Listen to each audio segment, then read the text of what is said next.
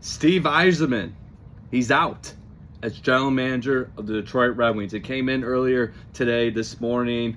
Not really shocked by it. Something had to be done, but Steve Yzerman no longer the general manager of the Detroit Red Wings. It's about time, right? I mean, as a player, he's always going to be a legend here in Detroit, Michigan, in the state of Michigan, one of the greatest hockey players of all time. But as an executive, I mean, he did such a great job building the team down in Tampa for many, many years, and he comes up here in 2019, and he just drives this team to the ground. I mean, for 7 years, you didn't do anything. For 7 years, you didn't make it to the playoffs. For 7 years, you refused to make big trades at the trade deadline, sign big-name free agents at free agency. Not the greatest during the offseason, making moves, drafting guys.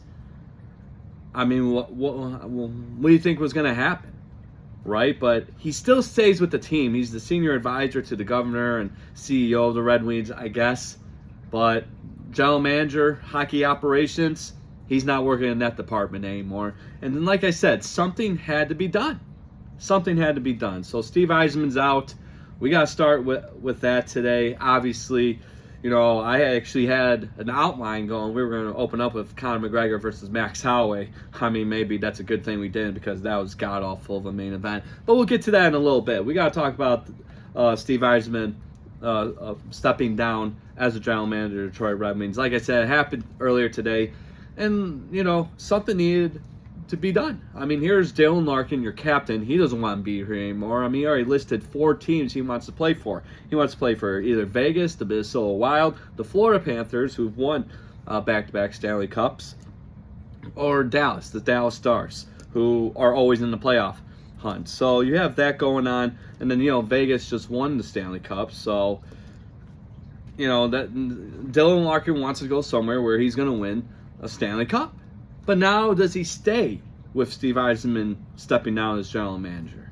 A lot of questions there. And then, who's going to be the general manager of the Detroit Red Wings? People are saying maybe hire Ron Francis. Did a hell of a job with the Carolina Hurricanes for many, many years. And then he was the general manager for a few years with the Seattle Kraken, left there. So maybe get him over here.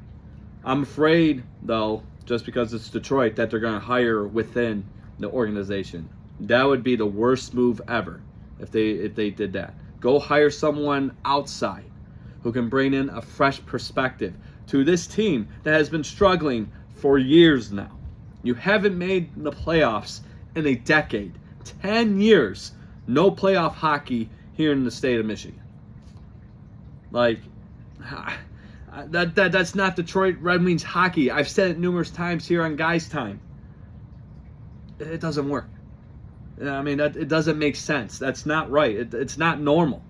Here's a team that went from 25 straight years of playoff appearances to now 10 years of no playoff appearances. So, this is a start, I guess. And, people are going to be like, oh, I love Steve. He was such a good guy. As an executive, as a general manager, he drove this team to the ground. And you guys heard me on a podcast. You've heard me on Guys Time. I love Steve Yzerman. Great player. Tried to defend him numerous times as a general manager, because at the end of the day, the players have to win games. They have to win at the end of the season. They didn't. He can't get on skates anymore, but he's making these decisions, and he's not making decisions of getting, big name free agents or at the trade deadlines, taking risks, making bold moves. As a general manager, he was very conservative. Well, here we go. No longer the general manager. Like I said, he stays with the team, but something had to be done. So you had that going on. Like I said, he was the general manager since 2019. No playoff appearances in that time. So 7 straight years, no playoffs under his leadership as a general manager. 10 straight years total. I mean, this team's just god-awful. Lack of moves, as I said earlier, at free agency, during the offseason, the trade deadline. And then 3 straight years where this team had late season collapses. And like I said, maybe that's not all on him. The players have to compete and win at the end of the year, like January, February, March. You have to win games. They didn't do that. And we saw it once again, another late season collapse by this Detroit Red Wings team. So you had that going on. And then, was he handcuffed by Chris Ilitch, the owner? But at the end of the day, all these moves, or lack of moves, we should say in terms of Steve Yzerman's situation, the late season collapses, the lack of, free agent signings, off-season moves, he's going to be the guy to be blamed for because he is the general manager.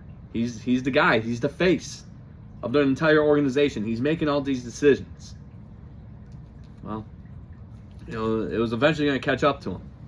But like I said, does Dylan Larkin still stay with the Detroit Red Wings, or does he explore other options? I don't know. You got that, 5 years left on his contract. Maybe he stays. We get a new GM probably within the next couple weeks or a couple months. Maybe we start over, but that's the thing. We're rebuilding the rebuild. I don't want to see that. I want to win this year. I don't think it's going to happen, though. Maybe next year. Fingers crossed. So that's how we start off Guys Time. So thank you for joining me. Zach Bryce here, the Bryce. Yeah, I know that was a very long intro. We kind of just knocked out a topic there talking about Steve Yzerman.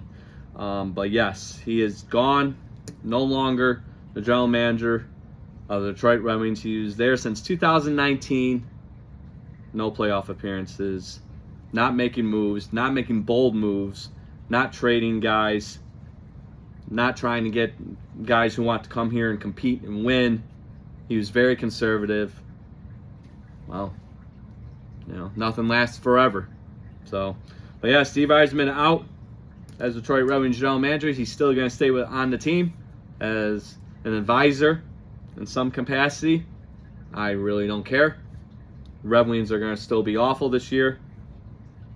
I mean, it's just whatever. I mean, like I said, numerous times in these past couple minutes, something had to be done, and here we are. So, I wonder if Dylan Larkin still stays. That's actually a really good question. I'm actually very curious about that. Does he stay with the Detroit Red Wings after the firing, or stepping down rather, not fired?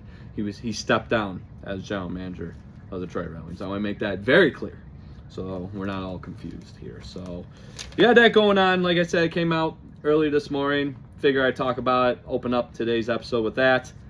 Now we can start talking about UFC 329. This past Saturday night, fight night, the return of Conor McGregor, 5 years away from the octagon. He goes up against an old foe, Max Holloway. Oh, man. This was brutal.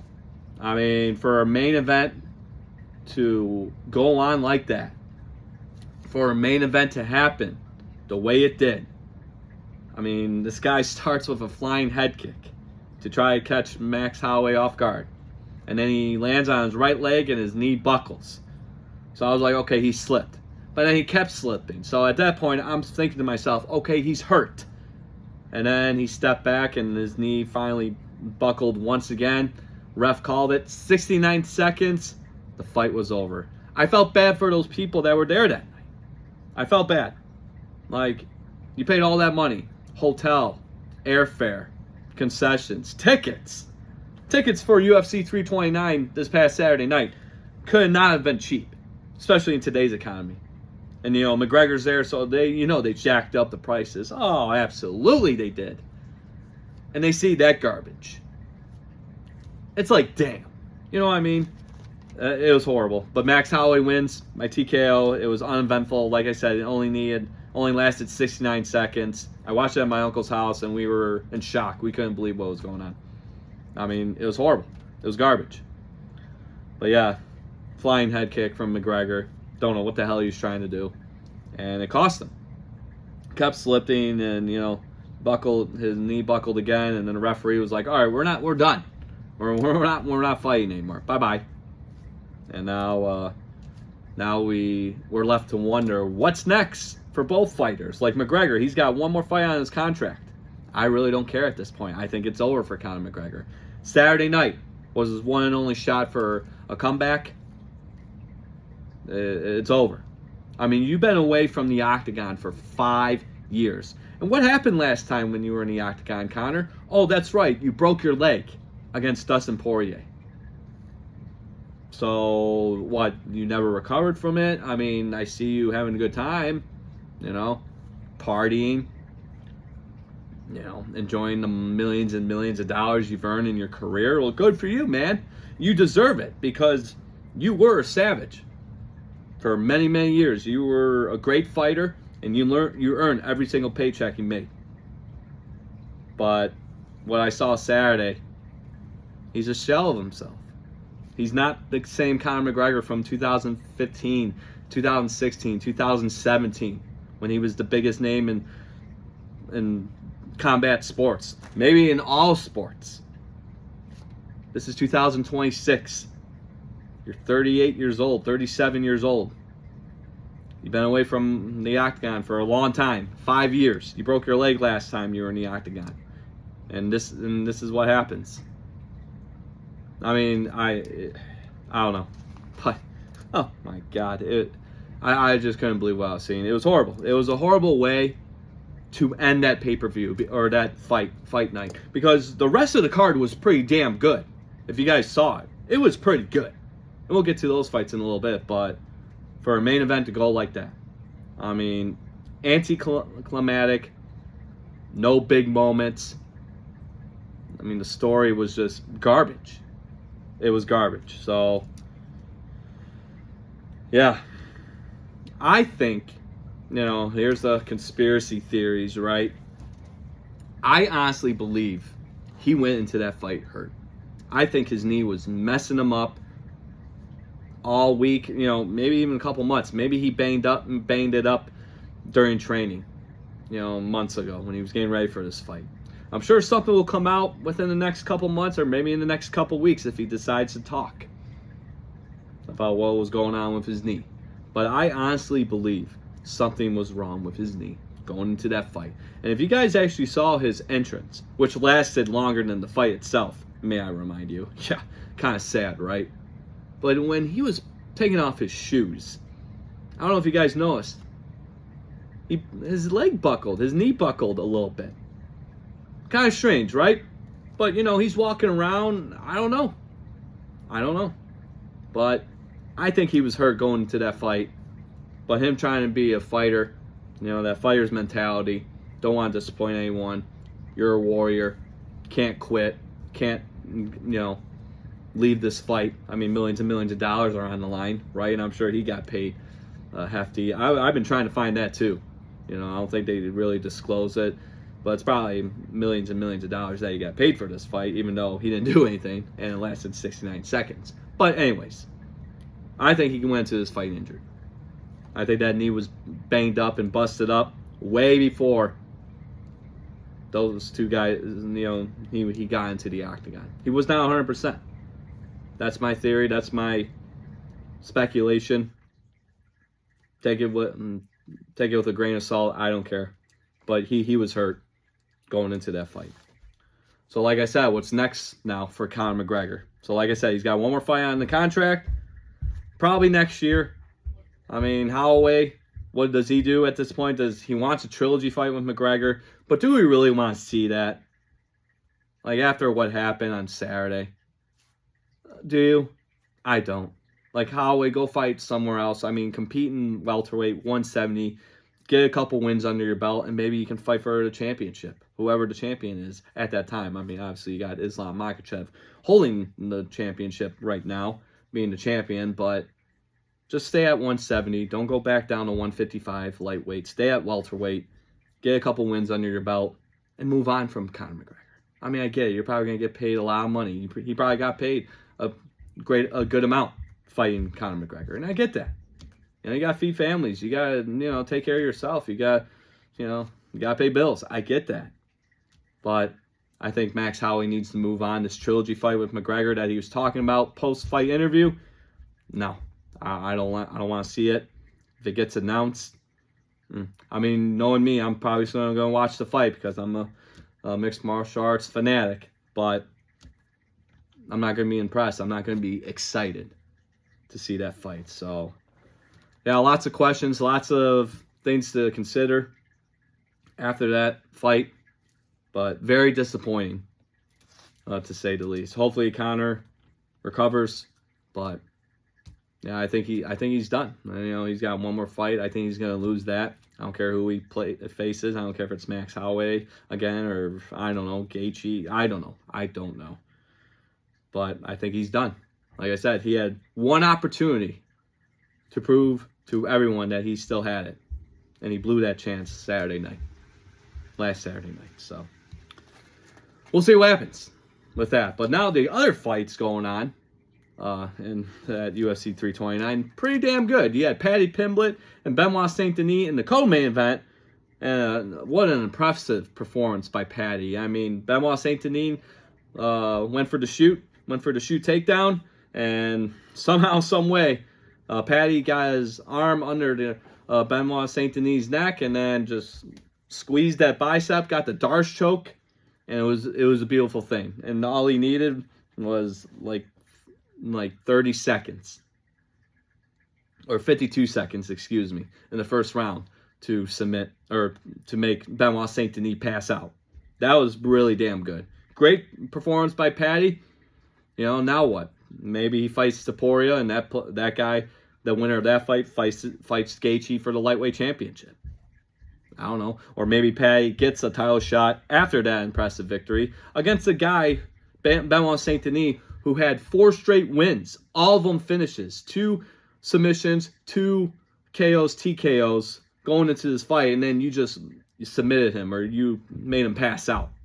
That's a very impressive win. That's a great win for Paddy Pimblett on his resume, beating a guy, Benoit Saint Denis, like I said, had a 4-fight winning streak going into this fight, and now he lost.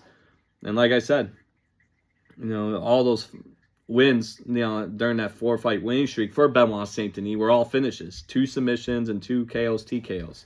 So now Paddy, he fought title shot, right? Let's have a rematch between him and Gaethje, because earlier this year at UFC 324, those two had the greatest fight, one of the greatest fights I ever seen in my life. It's definitely the best fight so far this year in 2026.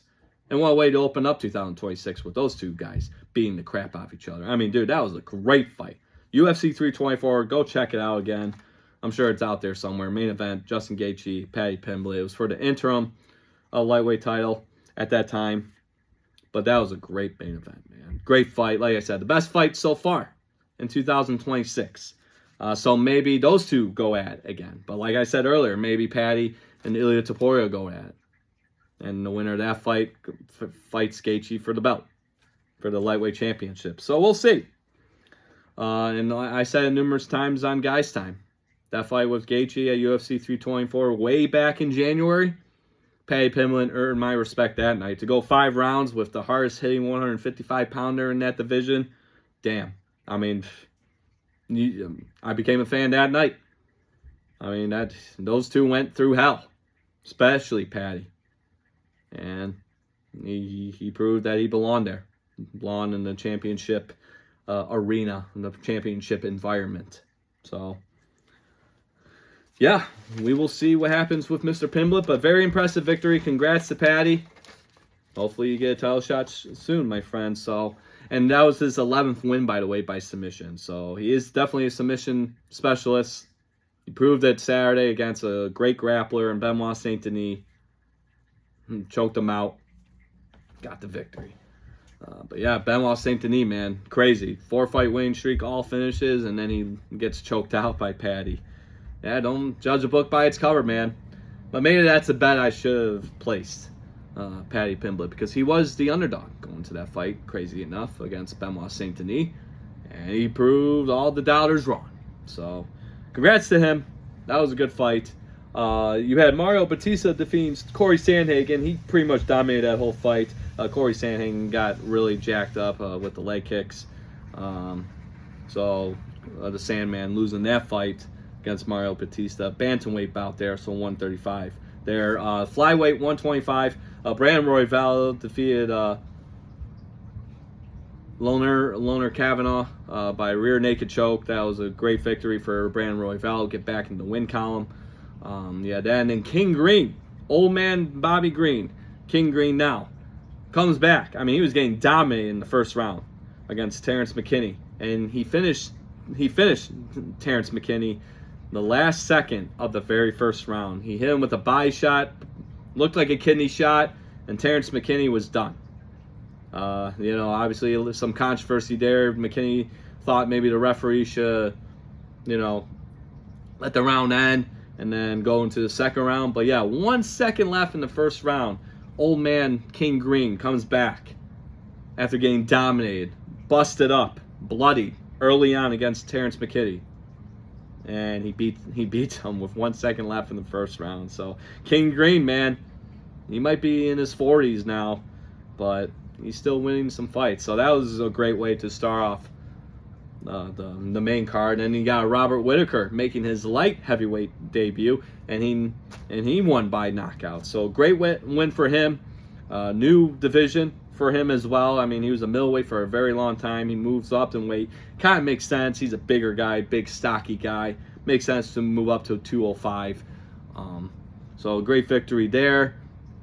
But yeah, just good fights all around, man. It was a good night. Gable Stevenson, the former Olympic wrestler, dominating at the heavyweight division. Another knockout victory for him, making his UFC debut at UFC 329. So watch out for him. But yeah, big names on this card. Most of the fight card was absolutely phenomenal, with the exception of the main event. And that's what really matters most, right? This is how you send the people home. The anticipation is building up, and it just did not live up to the hype. It was awful. It was awful. And, McGregor and Max Holloway, yeah, as I mentioned, they fought at 170, so welterweight. And, they looked healthy. But, yeah, that knee, man, yeah, I think it was messed up way before this fight even happened. So we'll see what happens with both men. Wish the best for both of them, both Max Holloway and Conor McGregor. The trilogy fight, I know it's a big money fight, but I'm not thrilled. And I'm afraid that's what's going to happen down the line, especially how this fight ended. Yeah, it was pretty awful. So that's UFC 329. That was Fight Night, International Fight Week, July. They know how to put on a big card. That card was great, with the exception of the main event. But it happens sometimes. It's the fight game. So we'll see what happens. But now we got to hop over to the World Cup. Argentina, once again, playing the comeback kings. They score 2 goals in the 85th minute and the 92nd minute of this game today, and they beat England 2-1. They go on to the finals, which I do believe is Friday, going up against Spain in the 2026 World Cup finals. So Argentina, unbelievable comeback victory once again. Damn, you know what? I think they're going to win the whole damn thing. It makes sense, right? Lionel Messi, great career, one of the greatest soccer players of all time, maybe the greatest soccer player of all time. Just adds to his legacy, another accolade, another accomplishment to his amazing and memorable career. But yeah, Argentina does not give up, man. And they won the World Cup 4 years ago at the 2022 World Cup, so they're trying to go back to back. Obviously, this year being 2026. But yeah, 85th minute and the 92nd minute, Argentina comes back and beats England. You gotta love it. The World Cup, amazing. Argentina is going crazy right now. But yeah, Messi, man, when that guy's on the pitch, watch out. So that's your final. That's your World Cup final. Spain versus Argentina, and this will be Spain's first World Cup final since 2010. 16 years ago, guys. The number one hit song in 2010, the last time Spain made it to the World Cup final, Tick Tock by Kesha. Oh, that was overplayed a lot on the airwaves. Oh, yeah. You already know, man. But yeah, that was the last time Spain made it to the finals in the World Cup. So, yeah, good old Tick Tock by Kesha was the number one song that year in good old 2010. I was in junior high. I was going into my 8th grade year when Spain made it to the World Cup final back in 2010. So that's your final. Who you guys got? Spain or Argentina? I got Argentina. and I've only watched maybe a couple minutes of the entire World Cup. Like I said, when the United States got embarrassed by Belgium a couple weeks ago, done. No. U.S. didn't win. Don't care. But Argentina, comeback kings once again. Gotta love it. So we'll see what happens with Argentina. They come back, beat England just like they came back and beat Switzerland last weekend. We'll see what happens. But yeah, don't sleep on Spain though. Kind of a dark horse. But yeah, they beat France yesterday 2-0, and France was the favorite to win the World Cup. So anything can happen. So Argentina, Spain, finals Friday or Sunday. Excuse me. I do believe it's Sunday. Check it out. I got Argentina. So that's the World Cup news. Now we got to hop over to last night's MLB All-Star game. Guys, I only watched a little bit of it. And when I mean a little, a half an inning. Yeah, I know. It was already 3-0 in the AL, which is crazy, right? Because the American League, it's up for grabs. They're not the greatest this year. I mean, anyone can win in all those divisions. The West, the Central, the East. It's anyone's ball game. I mean, compared to the National League, I mean, what, you got Dodgers, they already have 60-plus wins. You got the Braves, you got Brewers, you got the Cubs. The Phillies even, they hosted the All-Star game out there in Philadelphia. But the American League, anyone's ball game. But they dominated last night. It was all because of pitching. They won 4-0 against the National League, the American League did. So they win the All-Star game. But yeah, like I said, not the greatest, the American League this year. And only 3 hits recorded in this game. Only 3 hits the entire All-Star game. So if you stay up and watch this, I feel sorry for you. It was not the most exciting game, it sounded like, with only 3 hits. I mean, pitching duels, yeah, we like it every once in a while. But, you know, with the game, how it's evolved over the years, like, we want to see the hits. We want to see the home runs. I get it, right? But a good pitching duel every once in a while, hey, gotta appreciate it. But, man, 3 hits, the fewest in All-Star game history. That's according to CBS Sports. And then Cody Bellinger from the Yankees. The Yankees had a good night. Cody Bellinger had 2 RBI. He had a 2 RBI single, and then Ben Rice had an RBI. Both from the Yankees, so I'm pretty sure my best friend Eric Bilecki appreciates that, with his wife as well, Christina. But those 2 RBIs, that 2 RBI single was just enough for him to get the All-Star MVP for last night's All-Star game. But the American League wins 4-0 against the National League last night. So hopefully you guys stayed up and watched that. Well, maybe not, though, because it was kind of boring. But yeah, American League winning the All-Star game this year out there in Philadelphia. And now we got to talk about the Home Run Derby Monday night. Crazy, right? You had Jordan Walker from the Cardinals making a comeback, making a run for the ages. Shocks the Philly crowd, shocks Phillies guy, Kyle Schwarber, who was the favorite to win the Home Run Derby. He hit 6 straight home runs, Jordan Walker did, to win the Home Run Derby. Like, he was determined to win the Home Run Derby, and he did. So congrats to Jordan Walker. Shocked that Philly crowd. They didn't appreciate it. They wanted to see Kyle Schwarber win. Of course they do, right? Because that's their guy. He plays for the Phillies. Makes sense, but very inspiring. I like comeback stories like that, especially home run derbies and games, whatever. You know, fights even, just like King Green, coming back after getting dominated in the first round, comes back and wins and finishes the fight in the first round, 1 second left. But yeah, Jordan Walker, congrats, man. Hopefully your team can make a big run towards the end of the year. So you had the Home Run Derby, you had the All-Star game. So now we got the All-Star break, and now the Tigers, we got to talk about their schedule a little bit. So the Tigers, what happens with the Tigers now? Now, how they ended the first half of baseball. Okay, you beat the Phillies, but you lost 2 out of 3. You dropped 2 out of 3 against the Phillies. Maybe not the best way to end the first half of baseball before the All-Star break.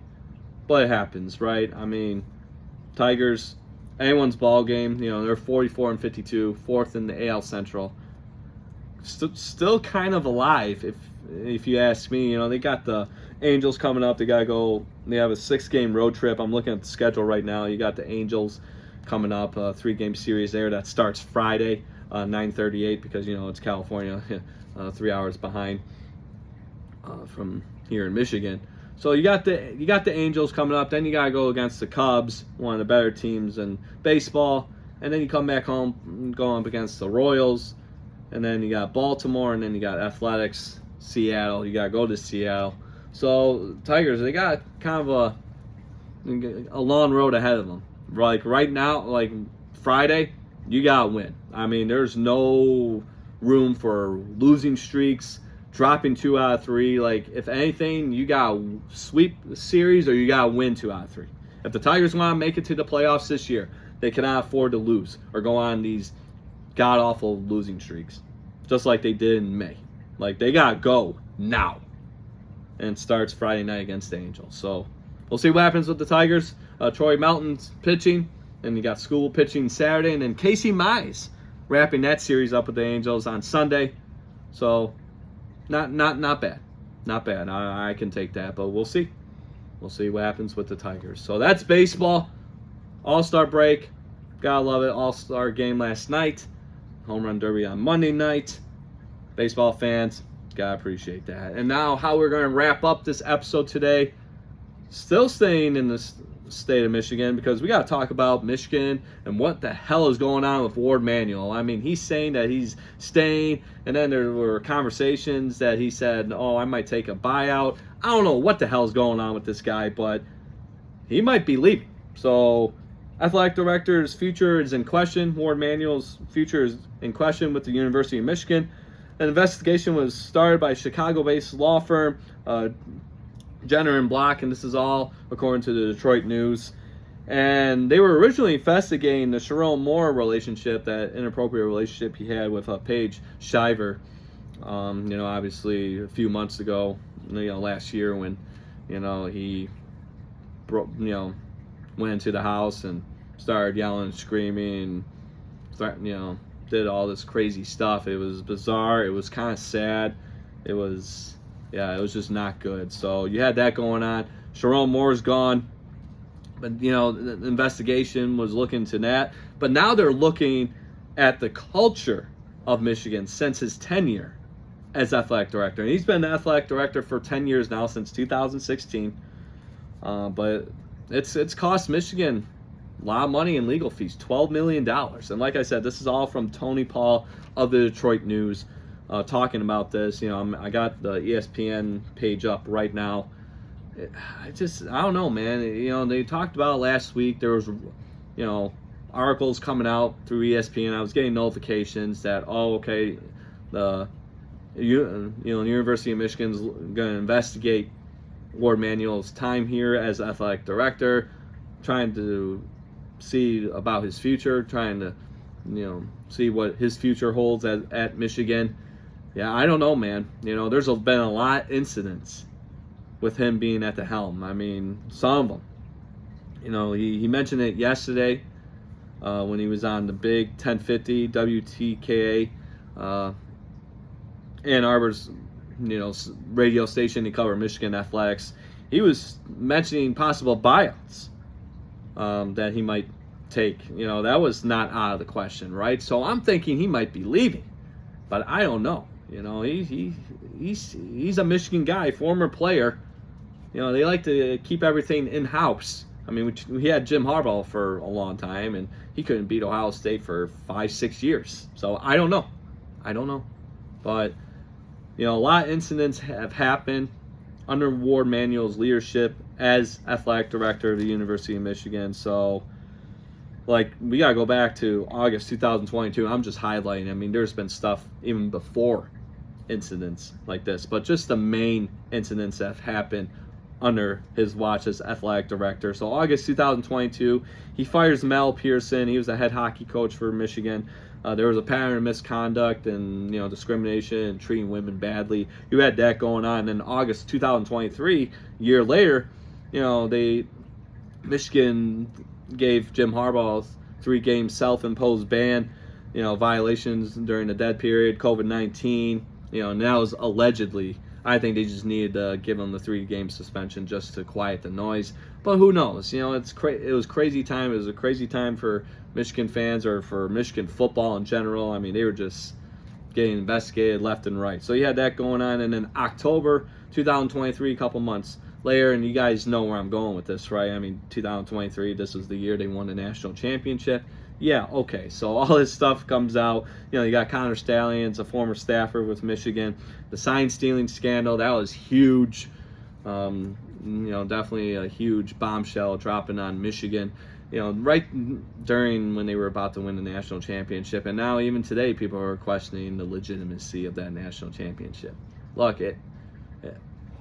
they're champions. They're recognized champions, and they're going to be unless the NCAA does something about it. So you can like it, you can hate it, I don't care. Michigan is a national champion in college football. But then there's been other incidents. These are just highlights, and obviously the Sharon Moore situation going on last season.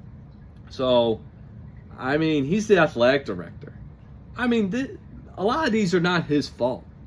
But at the same time, I mean, you're hiring these guys, you're hiring these coaches, you're hiring these people, and that's what happens. You give them power, you give them a little room to be in control, and then they just abuse that power and act and behave however the hell they want.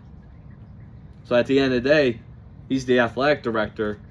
He's going to be the scapegoat. He's going to be the guy, you know, the university's going to talk to him and say, hey, what the hell is going on? Why did all these incidents happen? Why are players getting arrested? Why are there sign stealing scandals? Why are head coaches, you know, acting inappropriately? Why are they breaking into houses and, you know, having meltdowns? Why are they, you know, having, you know, abusing players, not physically, mentally abusing players and disrespecting people? Why?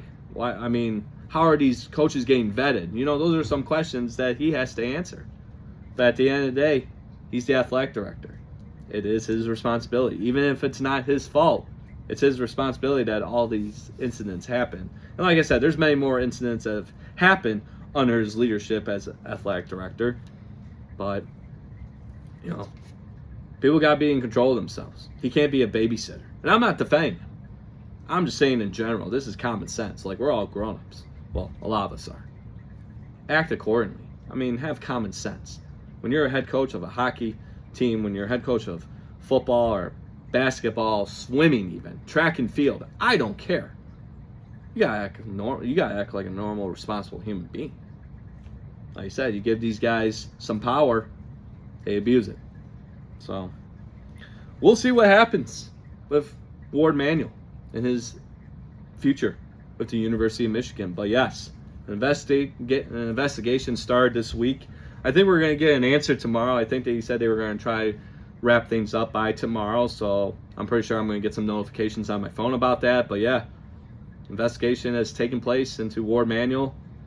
Does he accept a buyout? Does he leave Michigan? Does he stay with Michigan? And you wonder why Dusty May left a few weeks ago to coach the Dallas Mavericks. Maybe he knows something about this situation that the public, like us, has no clue about. I don't know. Again, theories, speculation. We're not going to go there. But we'll see what happens. I'm sure, like I said, we'll hear, hopefully, a decision being made tomorrow on Ward Manuel's future with the University of Michigan. But, you know, you had the whole Steve Yzerman thing dropping on us today. Not crazy. I was not surprised at all. I was actually kind of relieved because he was driving his team into the ground. Now we got to pick up the pieces. You know, we got to hire a general manager, whatever. But yeah, Ward Manuel. We'll see what happens tomorrow. Either tomorrow or whenever. Hopefully it's tomorrow, but you know how that goes sometimes. But that's how we end today's episode. So thank you for joining me right here on Guys Time. You guys are amazing as usual. I know we didn't have an episode last week, so thank you for your patience. Lots of stuff to discuss this week. You got Fight Night, UFC 329, that disappointing main event featuring Conor McGregor making his return to the octagon after 5 years, buckles his knee, fights over in 69 seconds. You had Steve Yzerman stepping down as general manager today of the Detroit Red Wings. You had the Ward Manuel investigation starting. The Michigan's athletic director, investigating the culture there since his tenure as athletic director. He started in 2016, so 10 years. All these incidents happened. You had that going on. You had the All-Star game, LMB All-Star game. You had the Home Run Derby, the World Cup, Argentina and Spain in the World Cup final this weekend. Check that one out. So lots of sports being discussed today. Thank you again, once again, for your patience. This episode is going to be available later today. I'll try to get you guys that episode later tonight. But you guys are awesome, as always. Thank you for joining me on this edition of Guys Time with the Bryce. So see you guys later. Have a good one. This episode is going to be available, so check it out. Thank you for the support. Stay safe out there. It's a beautiful day here in Michigan, and I hope you guys are kicking ass this week. And as always, let's get ready for the weekend. All right, take care, guys. Have a good one. The Bryce is out. You're amazing as always, and thank you for joining me. Take care. Stay safe out there.